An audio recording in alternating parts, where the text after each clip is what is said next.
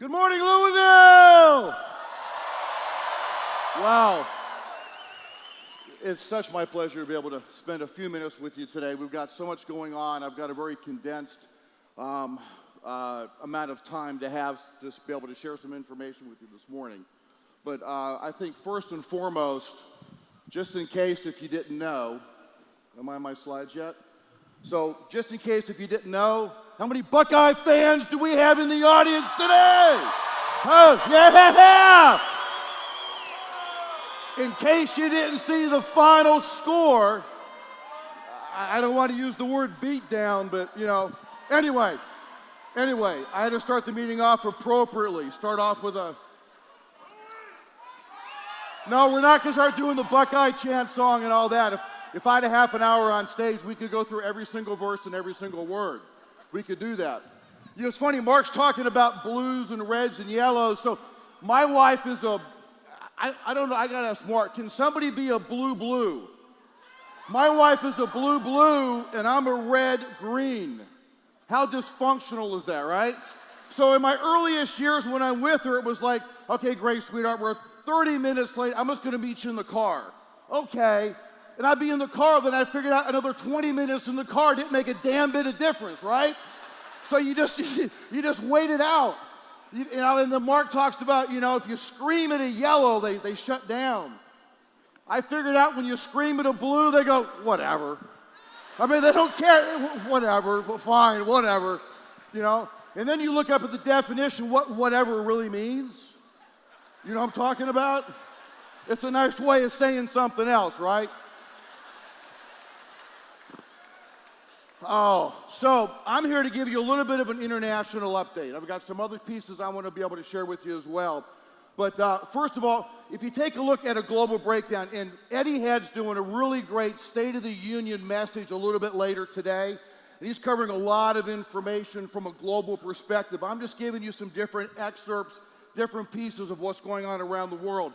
When you take a look from a continent perspective, Asia's the largest at 53%, followed by North America. You got to understand, North America is just two countries. It's really one country, which is the U.S., and then just a couple of provinces in Canada. But as we go forward, when you look at the breakdown, the United States is still the largest country in the world today with active customers around the globe, followed closely by Hong Kong, Singapore, Malaysia, Greece, and so on and so forth. You can see the list up there, what's happening. So kind of give you a perspective of where our largest markets are around the world. But let me kind of give you an idea, because we've had some really incredible growth happen all across the globe, and I pulled out some excerpts of what's kind of happening around some specific countries around the world. Netherlands had a really nice year since January. Last year they grew 127%. A little island called Malta in the middle of the Mediterranean Sea.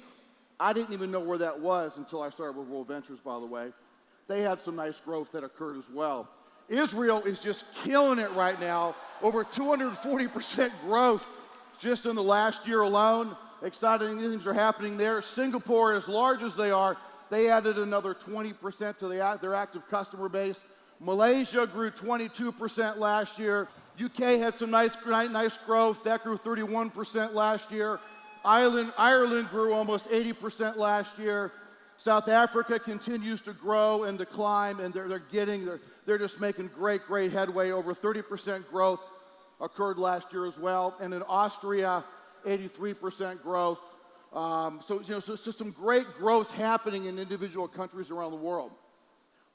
We're growing now to a point where we as a company are beginning to look to regionalize our business. We know that the whole globe can't come into Dallas and back out of Dallas and back into the countries around the world. So we're regionalizing our business. But also it's interesting, when you go over to Asia, Asia has a different way of doing business than North America, than Africa, than Europe. In Asia, we're a virtual company. I don't need to have a tradition. I mean, years ago when different companies I was with, when we would branch and we would grow internationally, we'd open up an office and we hire customer service and we'd have distribution and we'd have a managing director. You had a whole facility and a setup.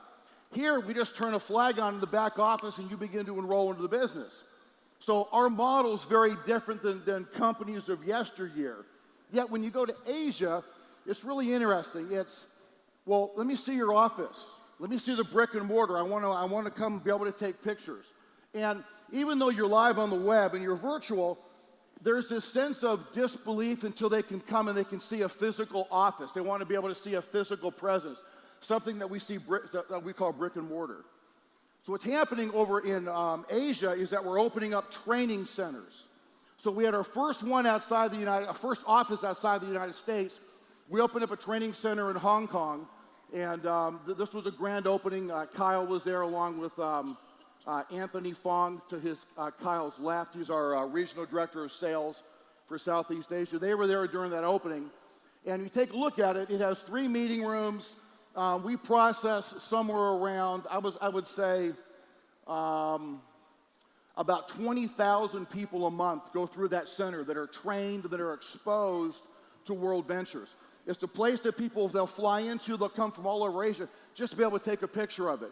We're expanding that, and we're opening one in Singapore. We have a facility in Malaysia. We're probably going to do another one in Malaysia. And then we've got a regional headquarters that we're going to have with corporate people on the ground, a regional manager over there responsible for the region, and some other employees. And you'll see that hit probably in about the next 4 months or so. We'll have a grand opening for that facility that will be running all of Asia. We'll do that same thing in Europe and Africa and then other continents that we open into as well as those markets continue to grow and as they mature. So what's really interesting, when you take a look at Hong Kong itself, they have a very excited nightlife. A lot of what you do here in the States. I remember going to Nashville and so many other cities over the years, and y'all get together. I'm from Texas now, right? I wasn't born there, but if I say y'all, I'm a native, right? So y'all get together and you do things at night. You come together as a group and you go hang out and you party and you go bowling or you go to dinner or you go to movies. The same thing in Denver, Colorado with the Rat Pack. You guys all get together and you do stuff and you have fun. You create those relationships. Well, they do the same thing over in Hong Kong, and they do a great job of it. This was a picture that we took when we were recently over there. They're all hanging out. A whole bunch of restaurants are also representatives in Worldventures, and they offer discounts to all the reps and customers, and so they were there doing that. But it was interesting, over in Hong Kong, they have this thing called the Dragon Festival. So in the Dragon Festival, this is something that's gone on for over thousands of years. They go out and it's a big Dragon Festival. And so I had Henry Law, who's an IMD over there. He and his wife sent us a video of the most recent Dragon Festival. I thought you guys would get a kick out of seeing it. Take a look at this real quick.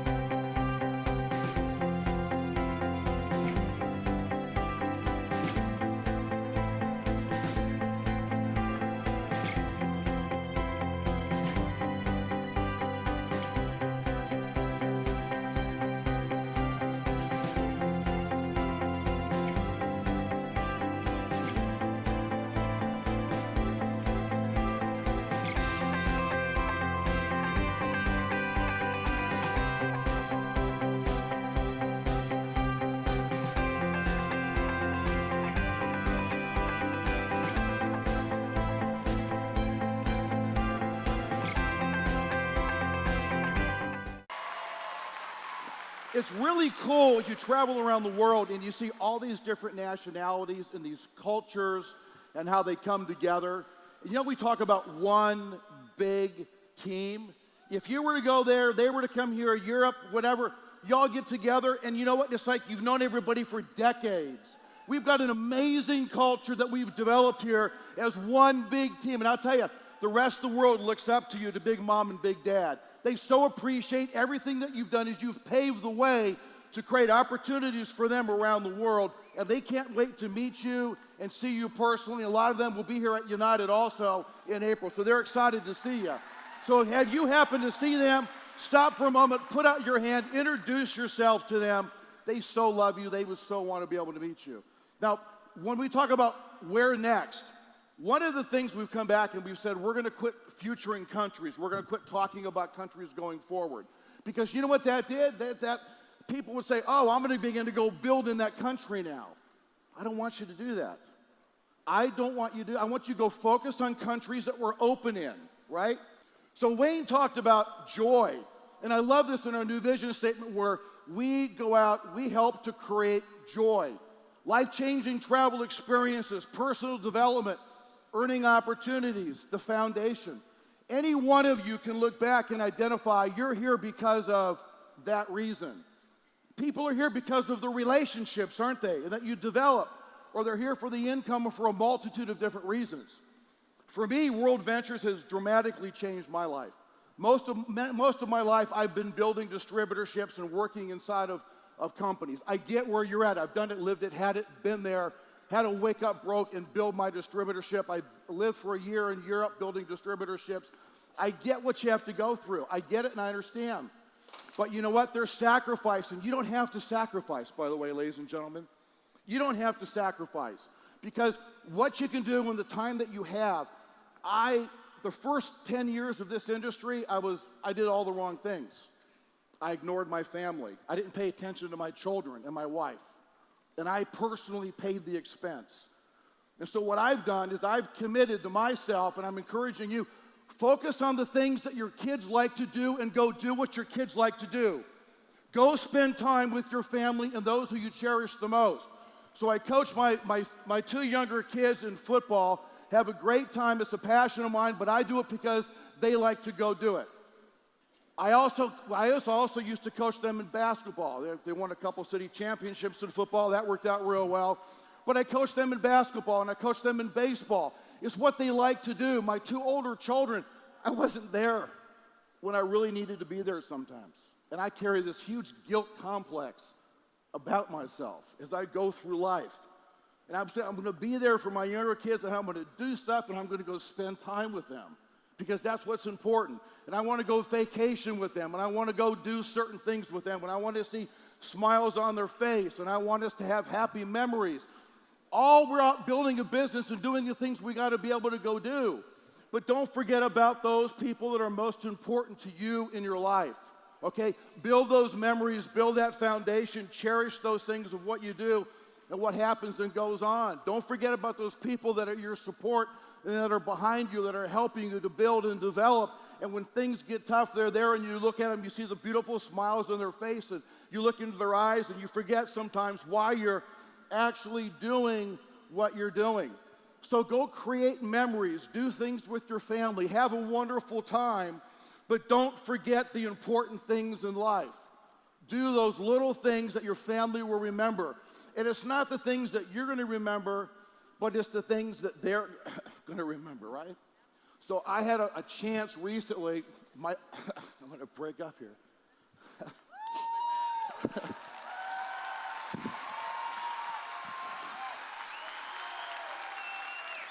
I'm a red. Reds don't do this. So I recently took that's nuts, by the way. So I wasn't able to spend,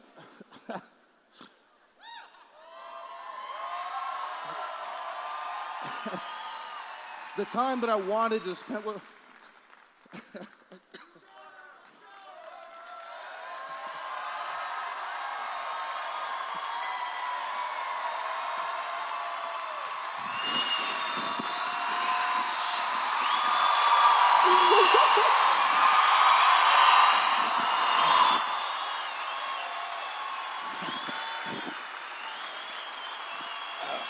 my 22-year-old daughter, senior at University of Denver.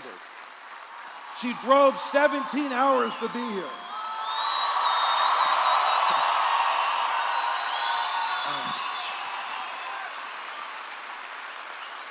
I learned from my two older children what I wanted to do with my younger three children. But I was able to do something with her recently that was one of the most amazing bucket list items of my life. I took her on a 24-day trip, 8-country, 3-continent trip around the world. We put together memories. I'm talking to you about memories, and you work with a travel company. You need stories to share and to tell as you're talking to people, and you're sitting around and you're conversing with your family, you're doing all the important things.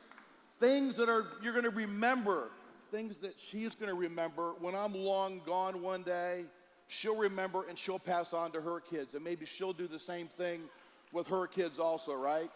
So on that trip, and I am technologically challenged, but I saw Raymond and Janie Braun go on this. I saw Carrie and Alicia go on this down in Africa and do all these wonderful things in Africa. I put together a really short video of a bunch of pics of this trip that her and I took, and I dedicated my 4 hours of struggling to put this together to music to my daughter. I want you to enjoy this real quick, please. Good, John.